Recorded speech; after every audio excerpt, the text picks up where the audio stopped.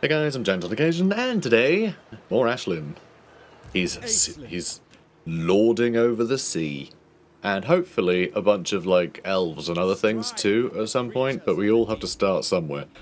So let's have a look. We are building things, which is good. Tower of the Stars is getting a glow up, which is cool. We're getting, you know, a unique building here, which is going to put up our Elven colony availability. We already have one, so we should actually be able to build a couple up here. Once we make it up here, there's a bunch of treasures around. I wonder, where would we want them anyway? We're going to make that a colony? It does have a unique building, apparently. Which, yes, the Sea Dragon's Teeth. Makes a lot of money. A lot of gemstones. A lot of growth and control. Just good. It's just good all round. So yeah, I think we're going to take these islands, and then we're going to probably make nice with Imric, and then we're going to wander off. Because actually, we're probably going to give a couple of these areas to Imric. So yeah, that'll help him out, actually. Be able to give him outposts near his... Well, we give him the settlement, then we build the outpost near his actual territory. I think that'll work out quite well for him, won't it? You know, hopefully he'll be able to handle sort of our business up there for us. Also, we will be able to take part in defensive battles in those settlements too. So what is it, Imric? What would you like? Trade agreement. Hell yeah! Nice. It's weird that we're not trading when we're literally sharing settlements. So far, they've just refused to to trade at all. Can I have some bread? No. Oh, but we don't have any on our side of the wall. Guardian by day. I assume this is where the influence is. Honour among reavers. Win the following battle with Sea Lord Aislinn's army. Aislinn's enemies never survive for long, for he dispatches all threats quickly and efficiently, with one exception, Lokir Fellheart, a wily Dark Elf Corsair. He's not a coyote. Like, calling him wily is sort of silly, is it not? Fine. And the closest thing to a Sea Lord has to an arch nemesis. Fellheart's fleet has long harried smaller as naval forces and plundered trade convoys, yet always evading retribution. The audacity of the Druki pirate has driven Aisliinn to silent fury. Just, you can tell he's furious. It's all in the eyebrows, I reckon. The Sea Lord long ago marking it his personal mission to slay this marine menace once and for all. Now cornered by the High Elf fleet, Lokir Fellheart has made the desperate move of challenging Aisliinn to an honourable pitched battle on dry land. Pride and arrogance dictates that Aisliinn accepts, but deep down he knows it must be a deception of some sort. We will get the Mask of the Merlord, which does... Okay, that's kind of cool. So Unbreakable, in this case, is good. Usually I find Unbreakable the most irritating thing in campaign, because it means you have to re-recruit units. If they're ever losing, they'll just sit there and continue to lose. Like, your guys running away is a good thing, you know, because that means they survive. But they don't run away. Oceanids and sea elementals don't run away anyway. They're basically like undead. You know, they just stay in combat until they break and then they get, you know, unbound magically. They're you know, or demons or whatever else. Constructs as well. They're like that, basically. So they're never going to run away anyway. So you may as well make it so they never crumble, which I think is really handy. Also, regeneration's good too. Although the like strangeness of a bunch of water elementals being weak to fire, I don't think is lost on any of us. And Mask of the Merlord summons a merworm. Oh, I want to summon a merworm. That sounds great. Oh, that's excellent. He can shout, "Summon the worm!" And the worm appears. Hello! I would love it if the merworm was just a, it was just like an earthworm, but with the tail of a fish. I wouldn't love it for long, because then you'd bring it to battle and be like, God, why did we get this guy? This guy sucks. This is awful. So, construct a primal sanctuary. Okay, so we're going for birds, are we? And war lions, birds and lions, the birds and lion building, classic building. So sure, we can do that. With our faith strengthened, we march against our enemies under the gaze of Assyrian. So yeah, I think the point of this, because it's got a phoenix, I think that might be trying to tempt I've forgotten his name. You know, the Phoenix Guard captain. Like, I think it begins with a K. Corhill? Is that right? Or is he the White Lion guy? Oh. I can't remember. I just know that they're the legendary hero in this DLC. So, you know, that's fine. We'll probably get him soon. Because, yeah, he rides a phoenix, doesn't he? So, in these... oh, you already read that. That's fine. Yeah, we'll just...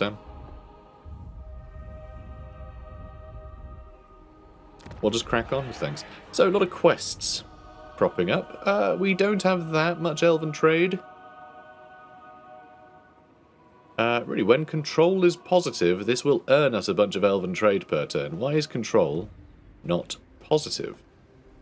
That is stinky. This is also stinky. Tower of the Sun, not a great garrison. Do we train something? Or do I just try and run over here as quick as I can? Because we can get here pretty quickly, but not quite quick enough. Oh, Mist Landing does not give you quite the same range. I mean, we can get bloody close, can't we?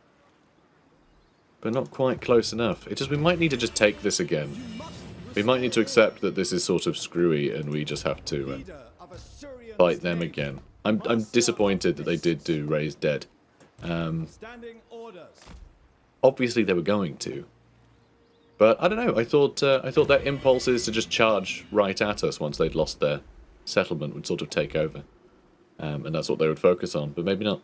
Toralassor, I think, is the one I'm going to upgrade, because that seems to be in the safest spot. But yeah, we need to get these guys happier, is what we need. If we can stop him from raiding, that'll be 5, and then Vampiric Corruption will go down, and Provincial Instability, that's the 7, so it'll be on 0. And then hopefully our allies will build literally anything, and that might help us. And then we'll go north and grab that treasure and deal with Nurgle over there. Cool.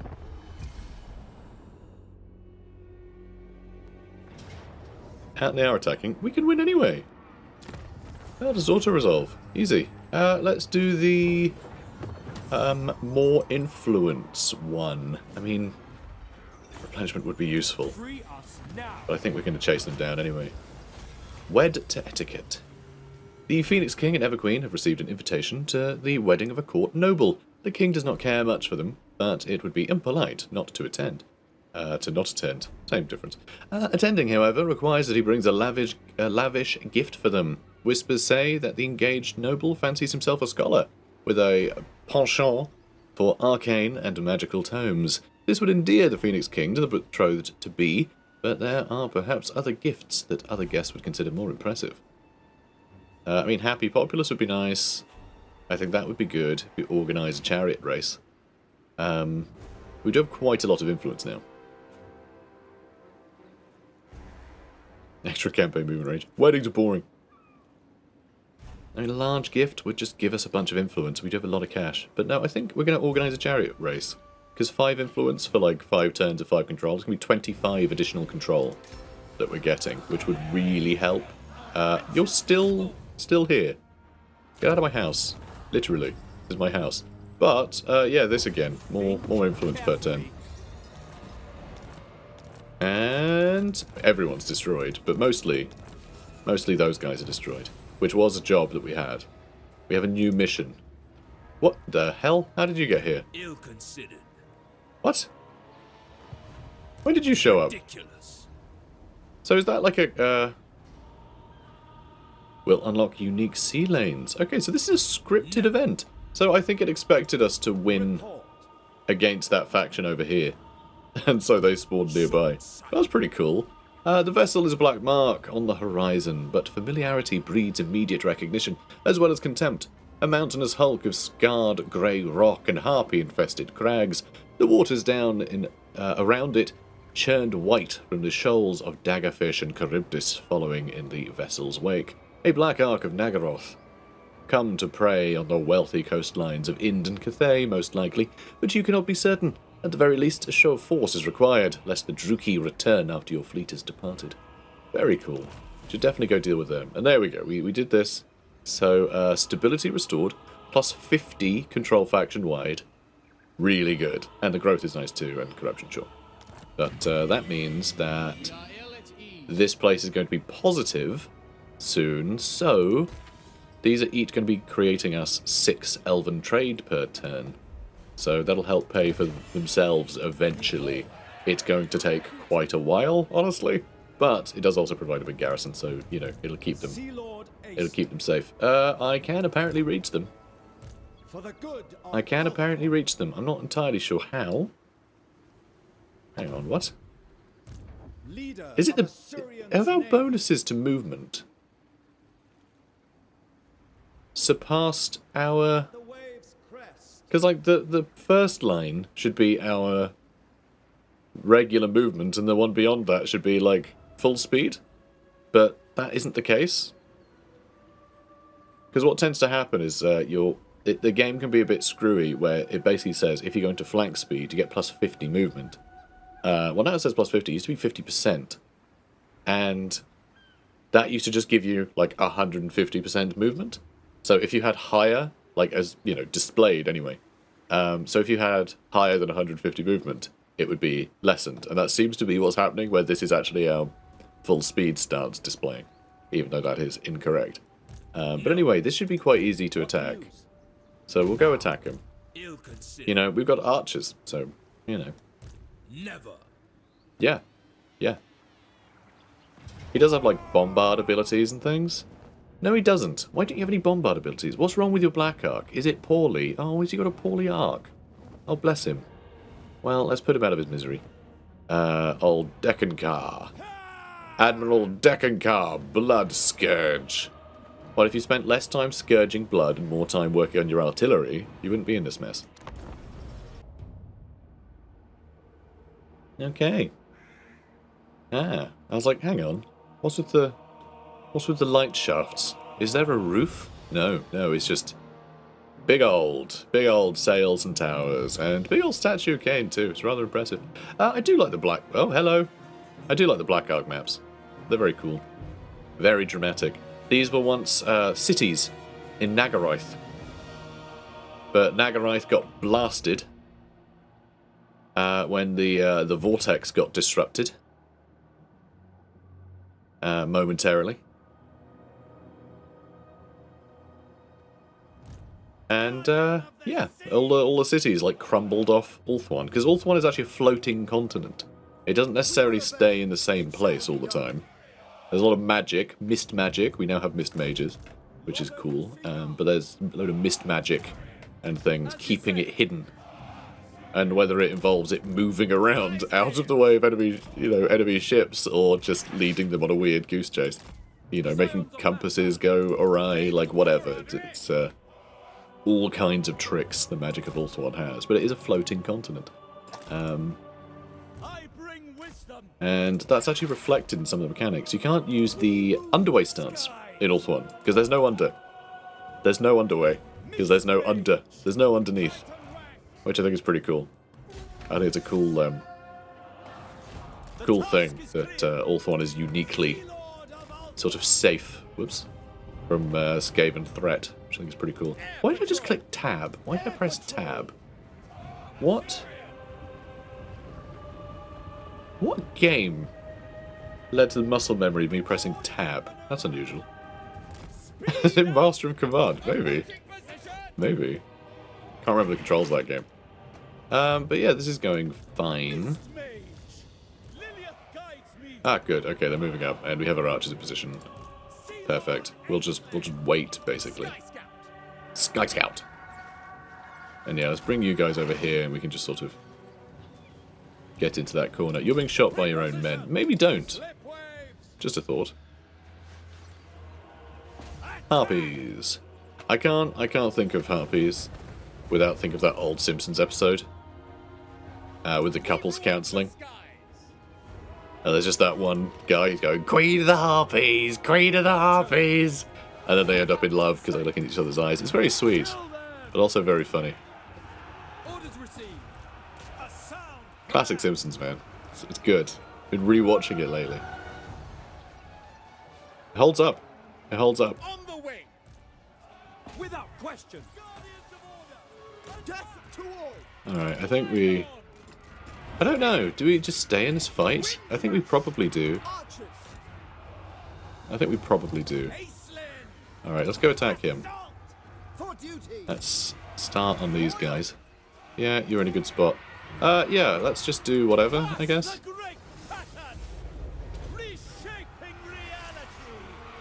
And, oh, let's do the contagious. It will be done. Yeah, let's do the contagious missile resist thing. That's always fun. Alright, it does seem that these guys are actually quite good at fighting off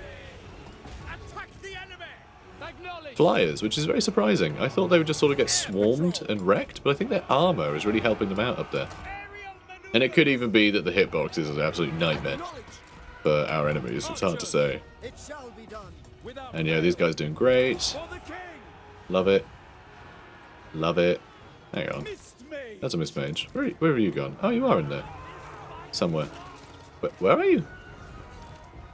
Oh, of course, he's underground. Classic. Classic. I did say, didn't I? He will never set foot on the ground, okay? That's why. That's why. He knew. He knew all along.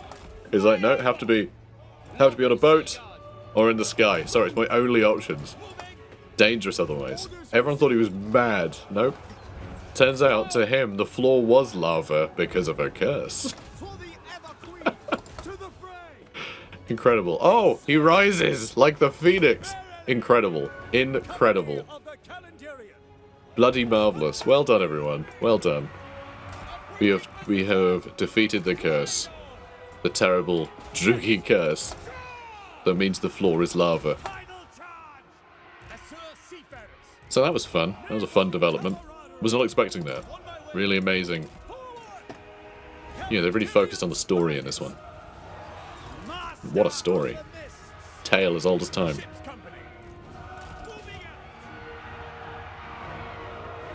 So, you keep moving up. God, look at all the dead. Just a line of dead. Pretty grim. Pretty grim. Hey, come on, you. So when they're saying rocks and Asur, they mean rock is in the... They haven't turned into dwarfs and got all into rocks. The birds are rocks. These aren't eagles, rocks. Just, you know. In case you were wondering. So, I really hate that admirals are unbreakable. It's very, very tedious. Come on, guys. Like, you know you've lost. Just give up your boat. Give up your ship. Sea Lord of Ulthuan. Oh, come on, little squiggly boys. Well, squiggly boys. Yeah, well. There we go. There we go. I saw a blood splatter. I was like, should it be saying victory by now? And the answer was, it was getting to that. Okay. So, Favor of the Phoenix King. Treasury, got some experience. Doing great. But mostly, we're going to open up a bunch of exclusive sea lanes, which is interesting. Interesting. Let's do the influence again. Let's keep farming influence. That does stack, right? Yeah? Maybe? I mean, I'm not seeing it here at all, like listed. Do you think it'd be listed up here? But, fine. Is it you? Is it here? It's going to be listed here. I'm not sure it does stack, you know. I'm not sure it does. It just has 9 turns. Well, was it 9 turns? Is it adding extra turns? It might be adding extra turns, now that I think about it. And this isn't saying that there's an effect like that here. But I assume we're still getting it from here? I don't know. I don't know. I never know how to check for that. So, construct a primal sanctuary. Apparently we did that. Report. No, we didn't. But thanks. Thanks, I guess. We just told them we did. They wouldn't know. No one's coming here to check, are they? So, recruit 5 units of the following types. Frostheart Phoenixes, Arcade Phoenix, Flamespire Phoenix, Phoenix Guard, Keepers of the Flame, Phoenix Guard, Omen of Assyrian, Arcane Phoenix. Just Phoenix stuff, basically. And yeah, Caradrian, that's the one. Yeah, Corhill is the White Lions captain. I was thinking him. Caradrian is the Phoenix Guard guy. The never-ending war takes a heavy toll. Though we have seen many great triumphs, the enemies of Ulthuan still descend upon our shores, intent on our annihilation. The recent construction of a new sanctum gives us the esteem to call upon the Creator God's purifying flames to help us scorch our enemies from the world. Let the Phoenix Guard march from their sacred battlements to drive forth Ulthuan's will, as the very air above is set ablaze by the wings of phoenixes. A stately ceremony to call forth the stately hero of divine strength. The living vessel of Assyrian's will, Caradrian, captain of the Phoenix Guard. Okay, and we did that. So where are these unique sea lanes? Is that one? I don't know. If you could point me to them, that would be cool. Is there... Okay, is that one of them then? There. There. There. I just like saying there. Because I sound sophisticated. We have, some of these were on the map already. I'm not sure which ones were and which ones weren't. These ones existed. There's a tunnel that goes through the Darklands. I'm pretty sure that one already existed. One of these definitely did. So, I don't know. Oh, and this one did too, because there's also a route beneath Nagaroth. Like an underground river. And yeah, I'm not sure if there were 3 there, but maybe there were. I don't know, maybe one of these goes over there. I think it skips the nothing territory. Which is fine. Yeah, I don't know. Maybe they haven't shown up yet. I have no idea. I never use them. Like, I never have the need to go, I'm going to go to the other side of the world now. Like, since when? It always seems like I'll go across the world and fight something sort of irrelevant to the campaign I'm playing. And that seems a bit silly. Let's get naval discipline. Because that's going to be +5 to some stat for the whole army.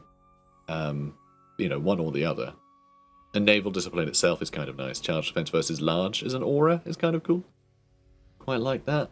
So yeah, I think we'll go with this. Although we haven't maxed out Master Strategist yet, so perhaps I should. Oceanids can be as good as they can be. We really need the recruitment building for them so we can get more. Because I do want to get a bunch. And we can't reach him again, which is a bit annoying. Bale, salmon. Let's catch ourselves some salmon.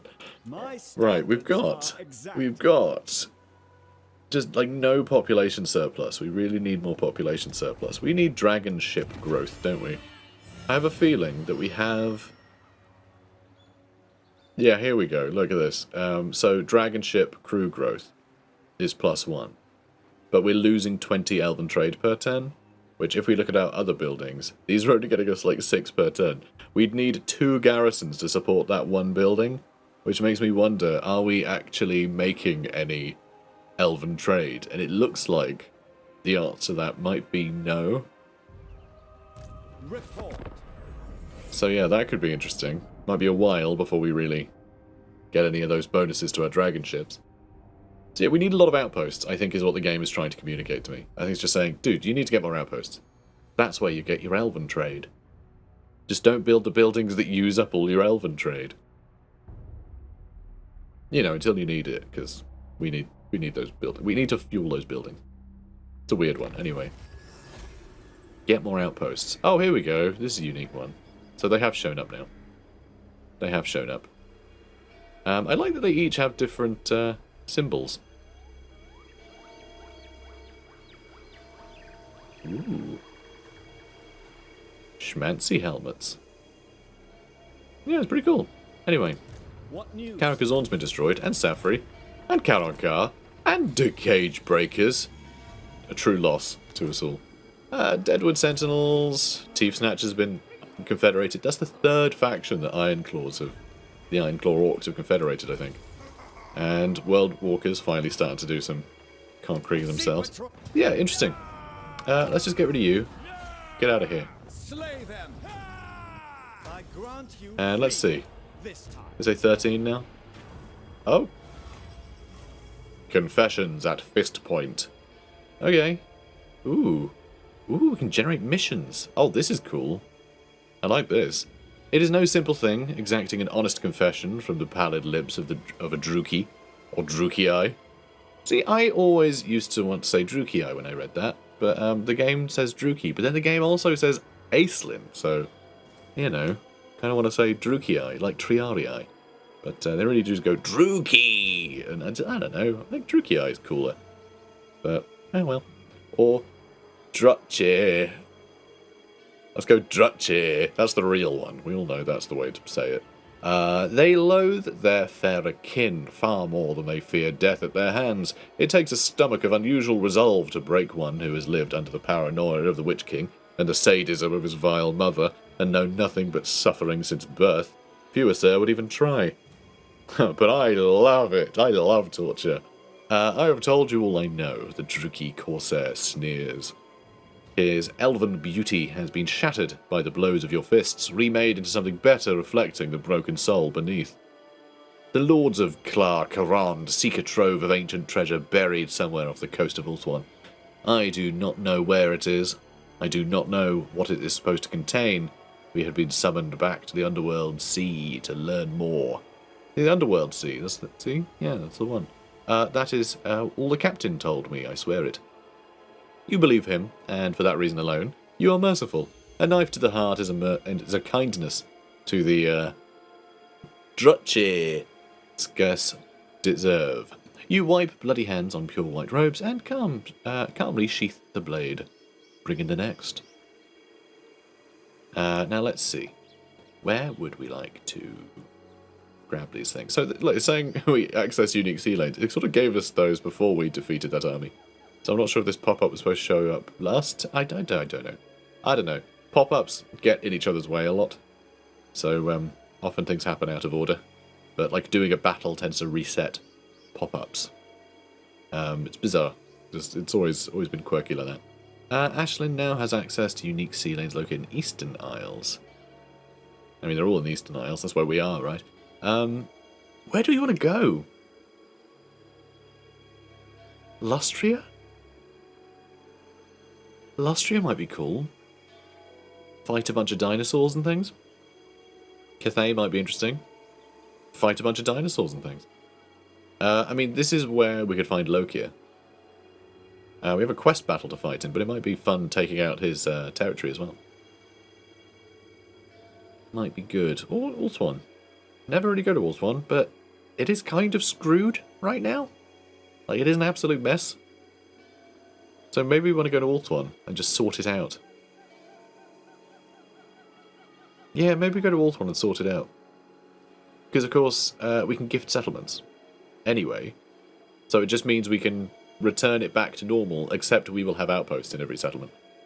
Which would be pretty good. And then we can just leave it to, you know, the people who normally own it and then take a sea lane somewhere else. So yeah, let's sail to Ulthuan. We must gather strength upon our own shore. Drive out Skullcrags, Orcs, scour Drutche cults, and banish Slaanesh's fiends. Dark Elf slave has been destroyed. And, okay, so here's the mission. So we need to wipe out the Seducers of Slaanesh and the Scourge of Cain. And we'll get a Cathikian Astrolabe. Fun. Seems pretty good, doesn't it? Magical attacks for ranged units in range, ward save, like, yeah, just cool. All bonuses for Lothern Seaguard. I like it. The extra range. That's good. Because Lothern Seaguard, they aren't just archers with better combat stats. They have slightly lower range than regular archers. Just, you know, dedicated archers can shoot further. So these guys getting a little bonus would be nice. Sort of put them on par with their more ranged, focused boys. Should be fun. Acquire all 5 Dragonships. Well, yeah, I'm working on that. And then we'll gain further information about the Dark Elf invasion. About time. Patrols in the Sea of Chaos north of Ulthuan report increased sightings of Norscan longships with many even penetrating the shifting isles to raid in Trace and Cathik. Could this unseasonal belligerence be tied to the rumours out of Nagaroth? It would not be the first time that the Drutche, it's never going to get old, I'm sorry, manipulated the Norscans into serving their purposes, or used their sporadic invasions to provide cover for their own. It is time to enforce your mandate as Sea Lord of Ulthuan and gather the fleets of the Asur. Their admirals may have heard much that you have not. Alright. So I did want to go up here and mess these guys up, didn't I? Do I still want to do that? Do I want to do that and then we go to Ulthuan? There's more treasure there. I kind of want to go to that now because there's a treasure there now. Damn it. Also, we can build up our colony a little bit further. Oh, and once we get to 3, that lets us actually get another colony availability. We are going to end up with mad availability, aren't we? We really are. But yeah, I think I might grab that treasure. And then I think we want to head north. I want to deal with Kugath. I had my heart set on that. And then we'll have to run all the way down here again, annoyingly. Yeah, it'll be a long distance sail back home in order to jump into one of these. Damn. It's a pain. It's a pain. But yeah, I think we're going to grab that treasure next turn. Then we're going to head for this one and head north. I want to deal with these guys. I just think they're they got a bunch of tropical islands, and they should be colonies and outposts of the Asur. It's that simple. So, let's crack on. All factions destroyed. Yep. And extra campaign movement range, multiple turns at sea. Hell yes. Also, as soon as we take any of these routes anywhere, we're almost certainly going to get, God, what's it called? Is it Seasoned Campaigner? I think it is. It's the one that gives you bonus movement range because you're spending multiple turns far from your capital. Which we will definitely end up doing. Seaborn creatures. In the aftermath of the Sundering, the elves of once fair Tiranoc adapted to the masterful stewardship of the depths' primordial denizens. Very cool. Missile resistance for oceanids and sea elemental units. Our ports will gain a little bit more money, which is nice, and extra melee attack for oceanids and sea elementals. And it sounded like they were just to the right of us, but oh my god, they're over here. You little swine. Okay, now I feel like we need to dispatch them, because that's a problem. I'm not sure I trust our allies. Oh, actually, Garrison's pretty good. Garrison is pretty good. But is it so good that he's going to be, you know, chased away? Because, I mean, this is building a garrison, but it's not doing... Yeah, it's not building walls or anything. So, you may need to kill him. Interesting, though. Really cool for beastmen to show up on a tropical island like that. They do show up everywhere. You know, beastmen are in, like, every forest in the old world.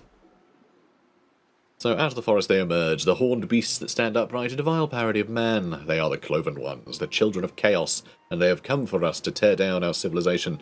The war herds are migrating and destroying anything in their path. Defend yourselves from the beastmen's wrath. Raise anchors. This site is home to an ancient shrine to a lost god. The place is bathed in power.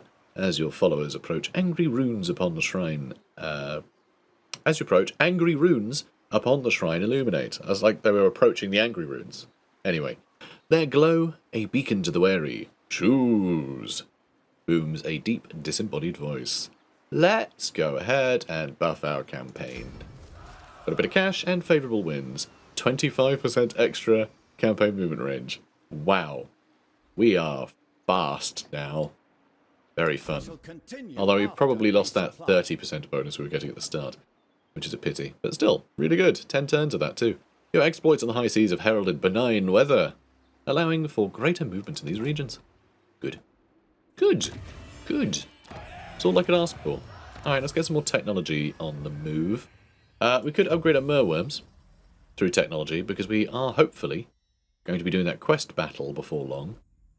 Which will... Ooh, that's quite nice, though, the extra upkeep reduction for basically all of the units we're going to be using this campaign. That's nice, actually. I do like that. But yeah, this is cool if we can summon a merworm, but I think we may as well get recall colonists first, because we're probably not going to do that quest battle, I think, until we sail to Ulthuan. I think I might actually, rather than teleporting to it, I might, well, teleport to Ulthuan proper, rather than just teleporting to the quest battle. I think it'd be quite good to actually do it while we're in Ulthuan. So it'll be a while. We'll deal with Kugath. Then we'll head to Ulthuan, do that quest battle, summon merworms. Profit?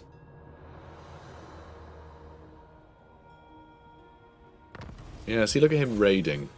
He's going to mess things up. Also, Tower of the Sun also has disappeared.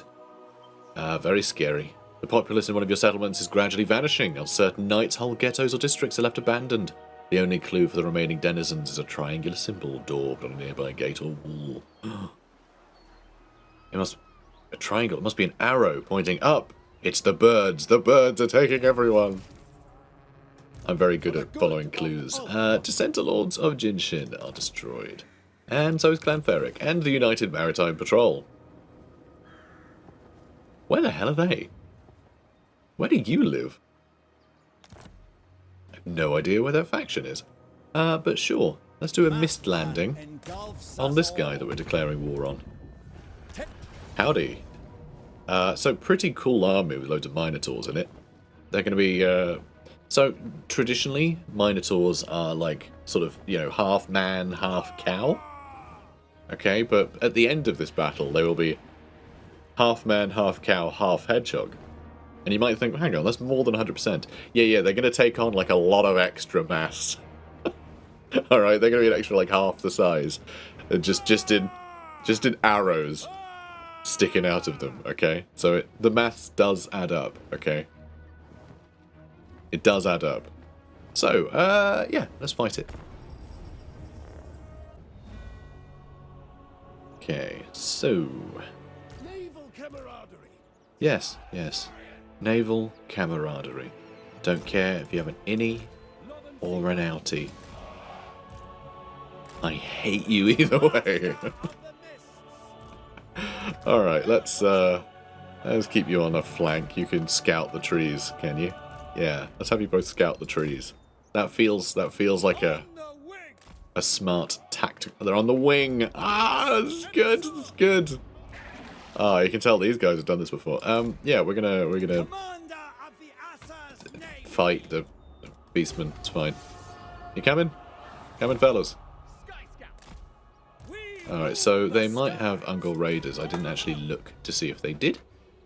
But, you know, that's fine. Oh, they've got a Cygor. He's throwing rocks. I didn't even notice he had a Cygor. No wonder they're not coming. So, I need to be here. They do have some Ungol Raiders. I'll just keep an eye on them. I'll just keep an eye on them. So we do really need to get, like, up here. Because this hill is a problem, you see. But it does look like they're going to let us. I hope they do. Okay, yeah, they seem to be falling back. Okay, this is great. This is great news. Yeah, this is good. They're going to let us get our archers in position.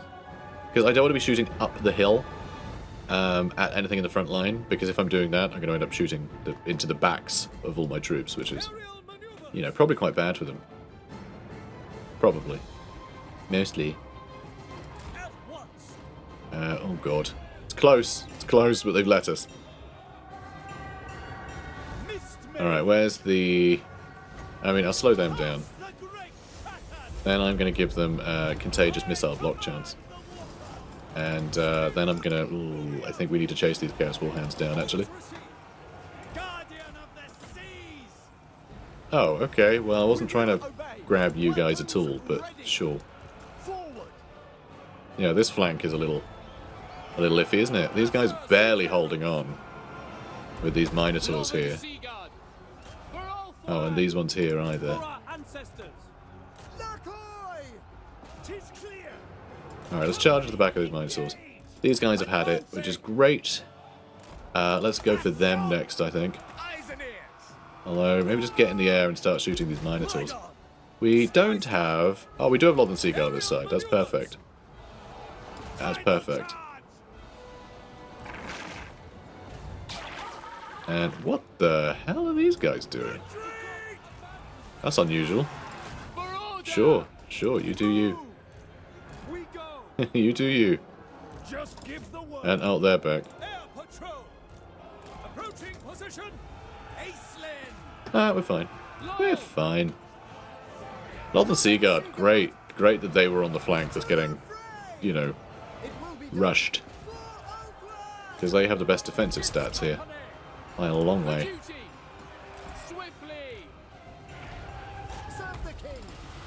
Oh, some more spells going off. Make them quicker. And, alright, having a good time, just running around in there. Cool. Our ship's company all just getting absolutely wrecked. They don't have the best defensive stats, do they? They really don't. That's fine. They still have a Cygor. We should probably do something about him, shouldn't we? Probably do something about that guy. A real jerk. But he should die pretty quickly once we start actually shooting him, I would imagine. Alright, you know what? You guys shoot the Cygor too. Everyone gets to shoot the Cygor today. Alright, everyone shoot the Cygor. And stop getting hit by rocks, it's embarrassing. Not those rocks, the other... So this sort of rock is different. This isn't a bird, but it does fly. So I know it's confusing. Alright, I know you guys are going to struggle with this. But, you know, listen to me. I know a lot about Warhammer. Okay, I've got you covered. I've got you covered, guys. Oh, that's embarrassing. Minotaurs are... Oh, it's Ulthuan Sea Guard. They got the anti-large. We're fine. We're fine. Yeah, let's just rush them. I mean, they're going to hit like trucks, but I think, yeah. Look, we're just going to break them nice and quick. You charge in the back of my archers. That's rude. Just beastmen everywhere. Everywhere, guys. That's why I'm glad we killed them. Imagine our garrison trying to fight these guys off. You know? Like, our garrison was never going to hold the line.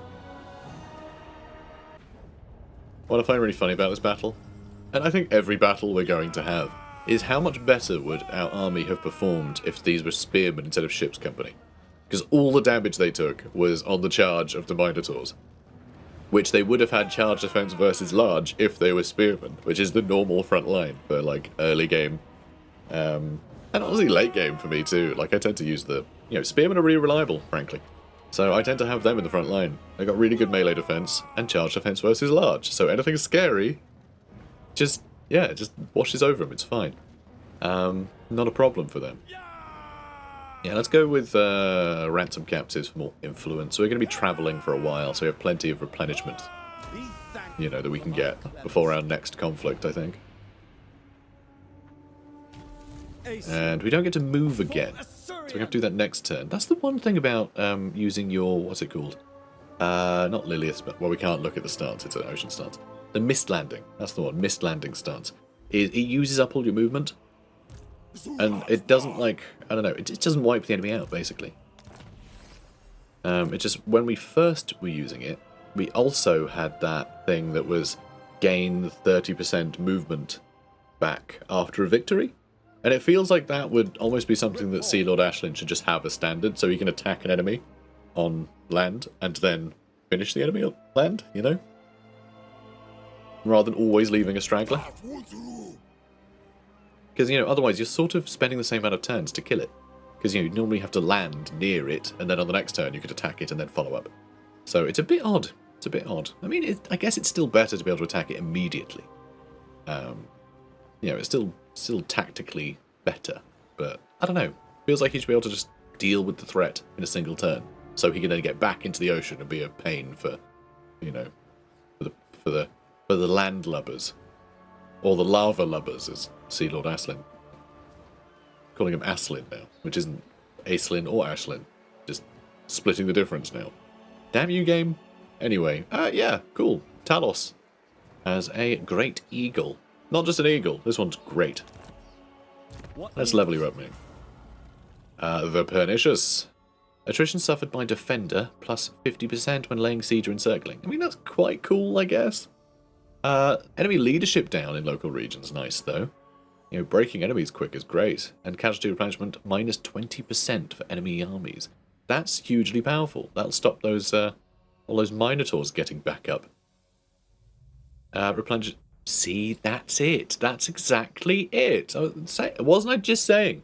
Wasn't I just saying? Like, I was. It was recorded, okay? You can't deny it. I was just saying him being able to follow up after winning a battle is like a thing that he should probably have somewhere. There it is. There it is. Also, Stalk for Lothern Sea Guards is terrifying. Because I would like to... You know what? I'm thinking I might replace my front line with Lothern Sea Guard as well. Just thinking about it. Ability number of uses +1 for Dragonship army abilities, so we're going to get some artillery and things for that too. Dragonship supply and construction cost, minus 10% for all Dragonship buildings. That's jolly useful. First Strike. Vanguard deployment for all units. Oh, I really like Asilinn. He's good. He's good. Campaign movement range, minus 50% for enemy armies starting in their turn in this region. So yeah, you can teleport onto an enemy. Although it's only in that region. So they're probably going to be able to reach you. So it's more for chasing enemies down, I think. But anyway, and that, another 10% movement range after winning a battle. Okay, sick. I love it. We're going to become pernicious. That'll stop this guy from being able to replenish.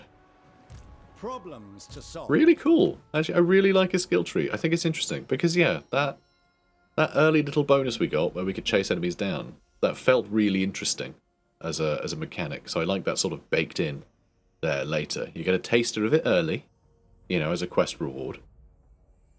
And, you know, later on, you get to have some real fun with it. Mistress of the Deeps. I mean, summoning Oceanids does sound great, right? Or the Writhing Mist. This... Oh, you can use it on an ally or an enemy. I enjoy these. These are fun. So, leadership and melee defense down for enemies. And it gives 360 missile block, stalk, snipe, and missile block chance for your own guys. So that's a really wide range of effects. This isn't like you just do that on the front line and everyone gets the sort of maximum benefits and debuffs. You know, it's yeah. You might want to use this on your missile line to stop enemies from being able to shoot them. And if they are spotted, then they might get shot, but they got the block chance. Like, I don't know. It's weird. That's super weird. Really interesting that just anything that they imagined missed may help you with is there. It's bizarre. Really unusual. I like it. Let's get Mistress of the Deeps, though, because summoning Oceanids is cool. So even amidst the glamour of pitched battle, the Asur's enemies are haunted by the beguiling tones of the Oceanid song, moments before being utterly overwhelmed by them. Oh no. Very cool. Oh, you just met Claneshans somehow. That's fine. So yeah, we'll deal with them. And hopefully that will level us up again in order to get this one. Because yeah. But that gives us Master of Mist. That gives us... Oh no, there's a different spell. But it's still Stalk and Snipe. There's a lot of hiding and Vanguard and just like all kinds of shenanigans with this army. It's really cool. I mean, Stalk for Lothern Sea Guard is crazy. And like, it's probably one of the coolest things to have as well. Because obviously it's very relevant for his character. They can hide in the mists nearby, you know, and come out at an unexpected angle. Which is very thematic. But also, Lothern Sea Guard can look after themselves. Like, they've got quite good melee stats as well as range stats. So them showing up as a detachment on their own, they're not just gonna, you know, the enemy isn't just gonna turn around and kill them all, which I feel is often the case with a lot of skirmishes. If you put them like, you know, in some like distant corner and have them sneak up behind enemies, it doesn't necessarily help much. Usually they just get caught out and murdered. You're better having them by your army so you can react to, you know, defend your own army better and use them mostly like a back line. I think the only exception, really, I suppose the big exception is Shadow Warriors are quite good in melee, but also on their campaign they're ludicrously, like, they're so killy. It's a joke basically. But anyway, guys, I think we're done here. I think we're done with this episode. But man, really cool episode. We've discovered a lot about Asilinn that I really enjoy. I mean, yeah, sure. Maybe it's my bad, okay? Just, I thought he was all ego, but no, he's apparently he's got the goods. Apparently he's got the goods, so not all talk. Guys, if you're enjoying this, please do comment, like, and subscribe. And remember, on release day for this DLC, you can pick it up using the link in the doobly-doo, using code Janet, to get a discount. I don't know what the discount will be, I just know it's cheaper. It's going to be cheaper than it is on Steam on launch. So, yeah, get yourself a discount, and it helps the channel out as well. So, either do it out of selfishness or kindness. I don't really care. I don't really care what motivates you. Whichever one you like. Which, you know, take your preference. Dealer's choice. Yeah, I'll see you in the next one. Take care, guys.